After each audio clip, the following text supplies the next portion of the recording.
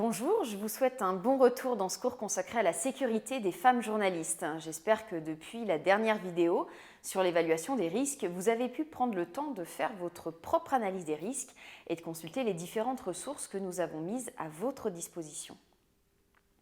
Au cours de la dernière session, nous avons parlé de la nécessité d'avoir un contact et un bon protocole de communication en cas de problème. En effet, faire une analyse des risques, c'est bien.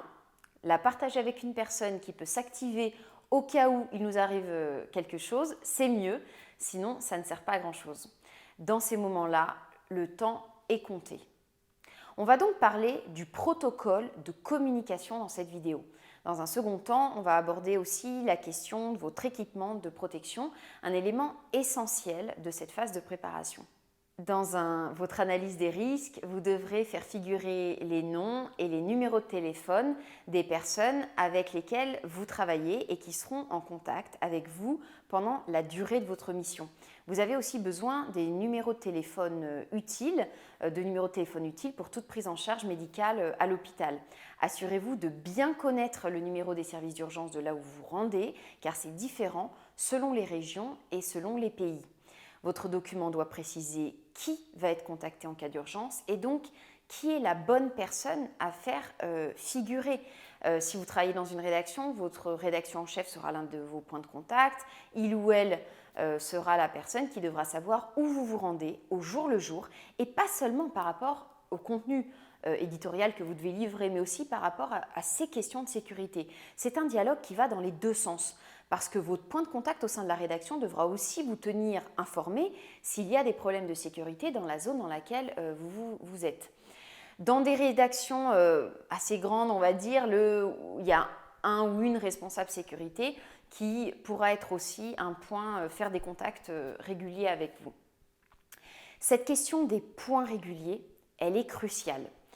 Vous pouvez moduler la fréquence de ces points en fonction de l'endroit dans lequel vous vous rendez, du sujet et des interlocuteurs en fonction de la dangerosité de la situation. Ce que vous pouvez faire, par exemple, c'est de faire des points chaque fois que vous quittez un lieu et que vous devez bouger vers un autre lieu. Je dirais que le premier point doit avoir lieu au moment où vous quittez votre habitation pour vous rendre à l'endroit où vous voyagez. Et quand vous atteignez cette destination, vous pouvez prévenir pour dire que vous êtes bien arrivé, tout simplement. Ce protocole peut changer en fonction du risque. Donc, si vous savez que vous allez voyager sur une route très difficile, avec potentiellement des militaires, des checkpoints, vous pourriez avoir besoin de faire des points à ce moment-là, toutes les 10 minutes environ pendant ce temps-là. Attention à ce que ces points ne soient pas trop fréquents, parce que dans ce cas-là, il peut y avoir un risque d'être moins en alerte. Il faut donc bien planifier quand et comment nous allons faire ces points réguliers. Et comment ça peut être via un appel téléphonique, un email, un SMS, une application spécifique qui peut être fournie par votre rédaction. Si vous êtes dans une zone dans laquelle il y a un risque d'être surveillé en ligne, pensez à utiliser des moyens de communication cryptés ou bien, dites-vous, franchement, partez du principe qu'aucune communication n'est fiable selon les zones. Attention donc à ne pas vous exposer via votre moyen de communication, mais à ne pas exposer également vos sources, que ça pourrait les mettre en danger. Si vous envoyez des messages par écrit, c'est ce que je vous suggère, assurez-vous qu'ils soient courts et compréhensibles. Essayez aussi dans les zones dans lesquelles vous n'êtes pas sûr, par exemple à propos des panneaux de signalisation et des noms de lieux, de développer en fait un système de code pour indiquer les lieux, comme par exemple le fait de mettre des points sur des cartes, de leur donner un nom, même si c'est un faux nom, avec des photos, des liens. WhatsApp, ça peut être un moyen très simple en fait d'envoyer ces infos, mais attention, Signal est un moyen de communication plus sûr. Le but est en tout cas que la personne avec qui vous faites un point puisse comprendre ces informations et comprendre où vous êtes sur une carte assez rapidement. Ce processus de points réguliers peut vous apporter de la tranquillité. Quelqu'un sait où vous êtes et cette personne peut aussi se rassurer en se disant que vous êtes bien là où vous devriez être. Et bien sûr, tout changement doit être signalé. Encore une fois, c'est une question de sécurité, mais aussi de temps. Le temps est notre plus grand ennemi lorsque nous faisons face à une situation difficile dans laquelle nous avons peu de temps pour prendre des décisions rapides. Et bien souvent, si vous n'avez pas le numéro de quelqu'un stocké dans votre téléphone, cela rajoute une couche de difficulté à une situation déjà délicate. Le protocole de communication est donc un moyen simple de s'assurer que vous avez les numéros de tout le monde au même endroit, dans un endroit sécurisé et peut-être même imprimé avec vous, mis avec vos papiers d'identité, votre carte de presse ou bref les documents dont vous avez besoin pour cette mission, pour ce reportage.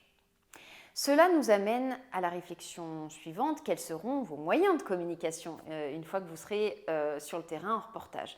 Là, vous avez plusieurs possibilités et attention, j'attire votre attention sur le fait qu'aucune n'est idéale, toutes ces solutions comportent des risques.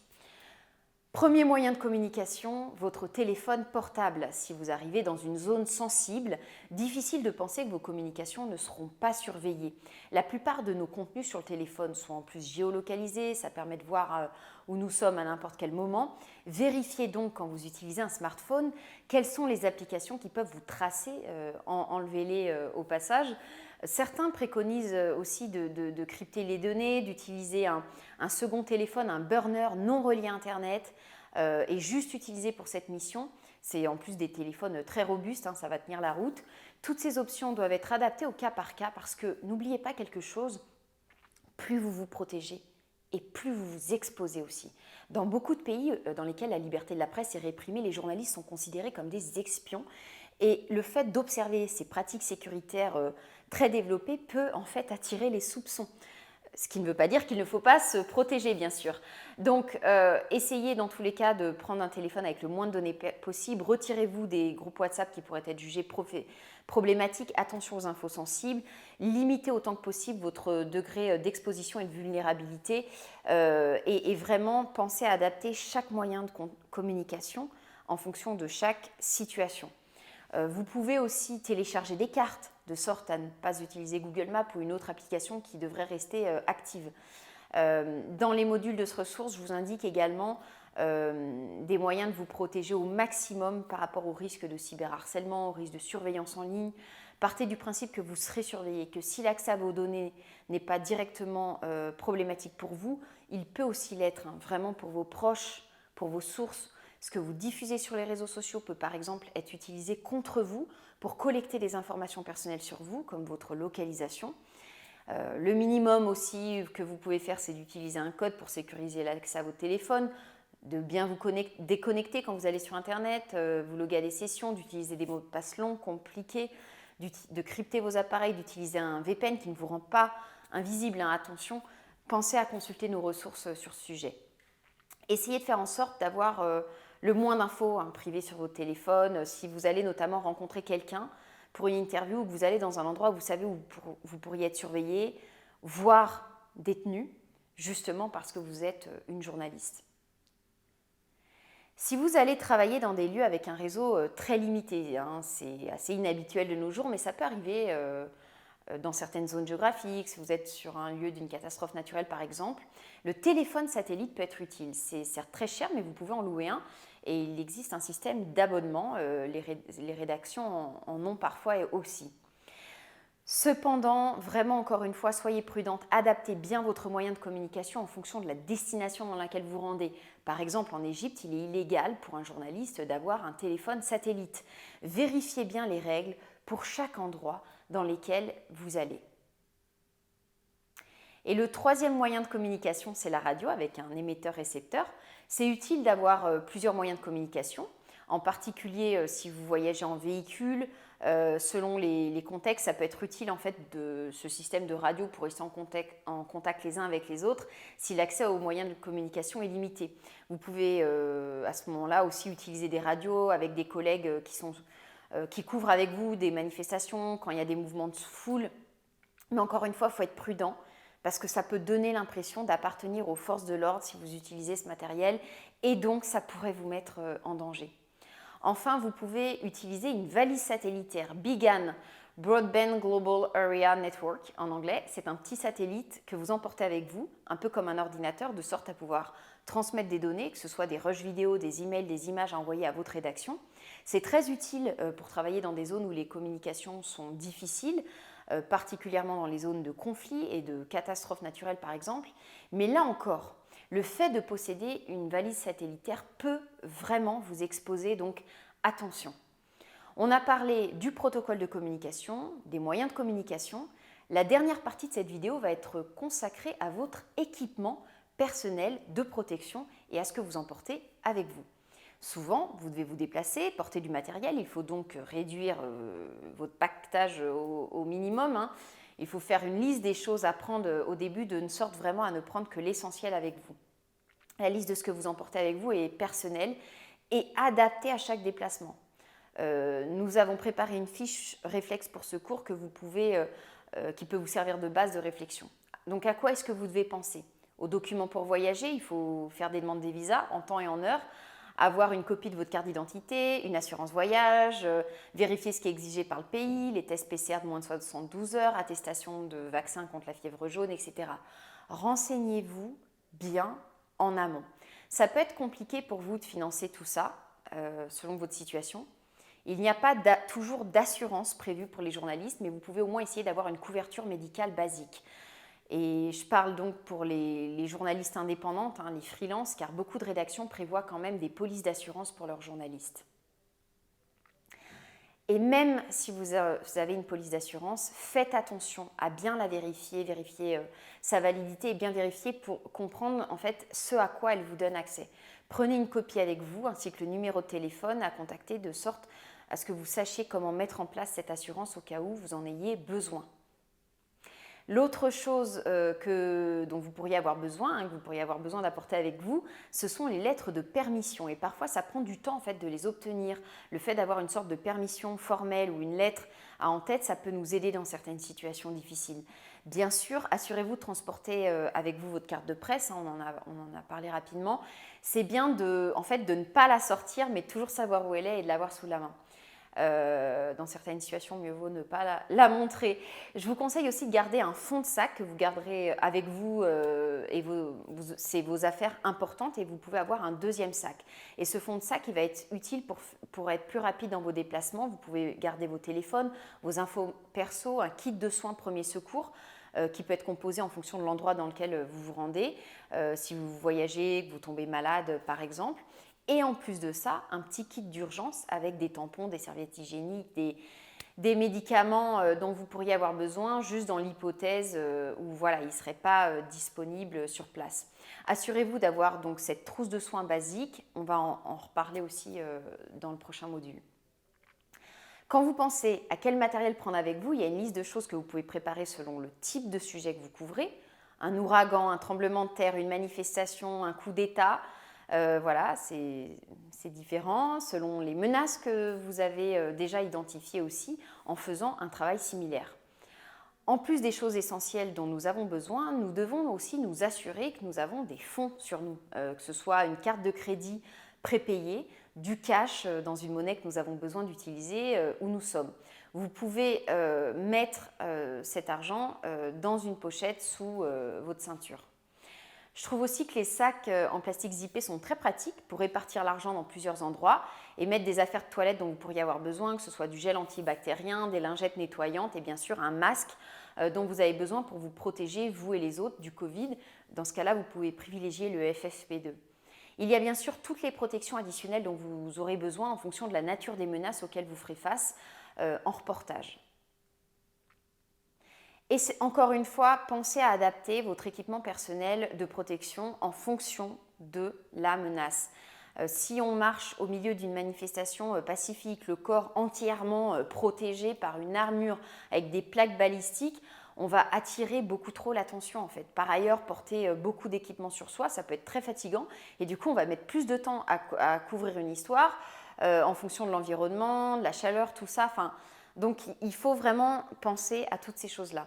La première chose aussi donc quand il s'agit de l'équipement de protection à laquelle vous pouvez aussi penser, c'est à protéger votre tête. Vous pouvez porter différents types de casques, ils présentent tous des avantages et des inconvénients. Ça peut être un casque de cycliste basique, mais ça ne protège pas très bien, ou bien un casque de sport en eau vive qui protège mieux le cou. Donc n'hésitez pas à taper casque de sport en eau vive dans votre moteur de recherche pour voir les modèles qui vous conviendraient. Ça peut permettre en fait de se protéger des risques de débris dans certains contextes. Il y a aussi des casquettes qui ont un double fond à coque pour rendre en fait ces protections plus discrètes. Ça peut être utile par exemple si vous avez besoin d'un look qui paraît normale. La norme, hein, ça dépend aussi des contextes. Si vous voulez juste dissimuler le fait que vous êtes journaliste pour limiter le risque d'agression, vous pouvez aussi avoir un casque moto. Bon, regardez nos ressources pour voir un peu ce qui vous convient le mieux. Il faut aussi penser, après le casque, à la protection des yeux. Donc pour vous protéger les yeux, vous pouvez opter pour des lunettes de sécurité, de cycliste, des lunettes balistiques. Quelle que soit celle que vous choisissiez, assurez-vous de pouvoir les porter avec votre casque. Par ailleurs, pour les photographes et les vidéastes, vérifiez que votre champ de vision n'est pas obstrué et qu'elle ne se couvre pas de buée dès que vous les mettez. Sinon, ça va limiter votre champ de vision et donc la conscience que vous avez de ce qui se passe autour de vous. En plus des casques, des lunettes, vous devez porter des masques. Nous avons mis quelques informations utiles sur le choix des masques en fonction de ce que vous devez couvrir dans ce cours. Masque FFP2, N95 pour le Covid, d'autres masques dont vous pourriez avoir besoin par rapport à les gaz lacrymogènes par exemple. Encore une fois, je vous encourage à consulter les ressources que nous avons collectées pour vous lorsque vous chercherez l'équipement qui vous correspond le mieux. En ce qui concerne le reste de votre corps, pensez aussi aux vêtements et notamment à prendre des vêtements légers dans les zones sèches, des matières en coton, en particulier si vous travaillez dans des zones où il y a un risque incendie ou un risque de cocktail Molotov, par exemple, parce que tout ce qui se passe, tout ce qui est à la base en plastique, à base de plastique comme le polyester, va en fait se coller à la peau malheureusement s'il y a le feu. S'il y a du feu, donc assurez-vous que vos vêtements correspondent à l'endroit dans lequel vous vous rendez, que vos extrémités sont couvertes avec des manches longues. Pensez également à ce que vous portez aux pieds afin que ce soit suffisamment robuste pour l'environnement dans lequel vous êtes. Si vous êtes une femme, vous pouvez porter des pantalons avec une grosse ceinture pour réduire au maximum les risques que quelqu'un vous enlève vos vêtements. Dans certains environnements dans lesquels les risques de violences sexuelles et de harcèlement sont élevés, certaines femmes journalistes portent un maillot de bain, une pièce, pour empêcher que les habits soient arrachés. Donc encore une fois, les habits font partie de votre équipement personnel de protection. Par ailleurs, pensez à des genouillères, à des protections pour les poignets, les coudes, parce que c'est particulièrement douloureux si vous vous heurtez au sol, par exemple lors d'une manifestation. Évidemment, on ne peut pas parler d'équipement personnel de protection sans mentionner le gilet pare-balles ou la veste balistique. Et là, attention, le gilet pare-balles est vraiment imaginé pour vous protéger, mais il ne vous empêchera pas d'être blessé s'il y a des coups de feu. Y avoir recours ne signifie pas que vous pouvez prendre plus de risques, donc ça c'est très important. Ça signifie simplement que vous êtes davantage protégé, notamment dans des situations où il y a un risque d'affrontement par arme à feu. Pensez à consulter nos ressources pour prendre les bonnes décisions pour vous sur la question du gilet pare-balles. Assurez-vous d'avoir la bonne taille, de mesurer votre buste. Prenez la mesure depuis le haut de votre épaule jusqu'à votre taille pour être certaine, pas besoin que ça descende en dessous, hein, l'idée c'est de mesurer le buste pour être certaine que ce soit adapté, que ce soit confortable. Si vous avez des gros espaces autour des bras, enfin sous les bras, ça ne va pas aller parce que ça ne vous fournira pas la protection adéquate. Et sachez qu'il existe des gilets pare-balles pour femmes. Donc prenez le temps de choisir la bonne taille pour vous. Évitez dans la mesure du possible, mais bon, de l'emprunter à quelqu'un d'autre parce que vous ne connaissez pas forcément en fait l'histoire de ce gilet pare-balles et s'il a été endommagé. Souvenez-vous que votre équipement personnel de sécurité vous est propre. Assurez-vous donc qu'il vous aille et que vous savez où il est et quand vous devez le porter. L'entretien et l'entreposage sont bien souvent oubliés, mais c'est aussi la clé de l'efficacité, de la longévité de votre équipement personnel de protection. Donc je me permets d'insister sur ce point. Il existe des réseaux de soutien pour obtenir des fonds afin de vous procurer du matériel de protection. Le fonds d'urgence de IWMF, la Fondation internationale des femmes journalistes, peut par exemple vous aider. Merci d'avoir suivi cette vidéo axée sur le protocole de communication et l'équipement personnel de protection qui doivent être donc adaptés à la situation et au contexte dans lesquels vous travaillez. On se retrouve très vite pour le second module. On parlera de vigilance situationnelle, notamment des signaux que nous envoie notre instinct dans des situations à risque, comment reconnaître ces signaux, comment les interpréter. N'oubliez pas de consulter les ressources de ce cours également et ne vous oubliez pas, écoutez-vous et prenez soin de vous autant que possible.